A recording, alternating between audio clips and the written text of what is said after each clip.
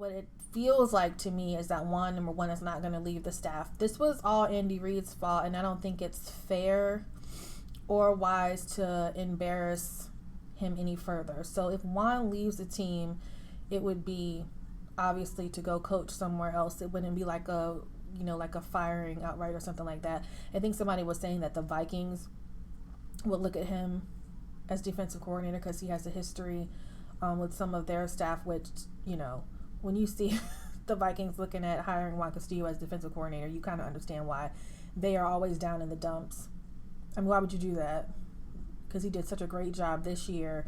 And then, threw guys like Namdi and DRC under the bus. So anyways, Juan, I was cool with Juan until he really did that. I mean, I wasn't cool with him as far as wanting him to stay, but I didn't look upon him so negatively until he just kind of made it seem like the guys were the problem. Like, I put too much on them and they needed it simpler. They had to go back to the fundamentals. Like, nobody believes that. These are Pro Bowlers. They know what they're doing.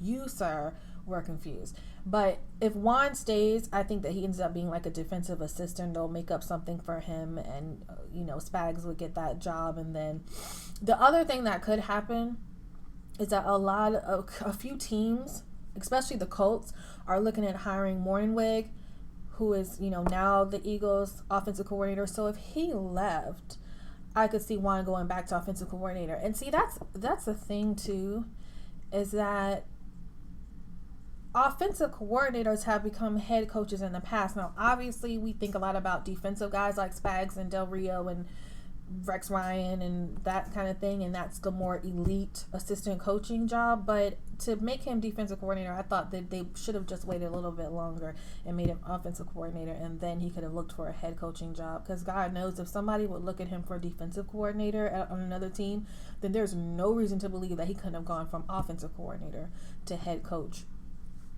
somewhere. So I think that might be what ends up happening, that either he becomes the Eagles offensive coordinator or he becomes a defensive assistant. I don't see Spags going anywhere but the Eagles at this point, in part because I think that he'll end up taking over for Andy Reid. I don't know if the Eagles are going to win a Super Bowl next year. I looked at their schedule and it is very, very difficult.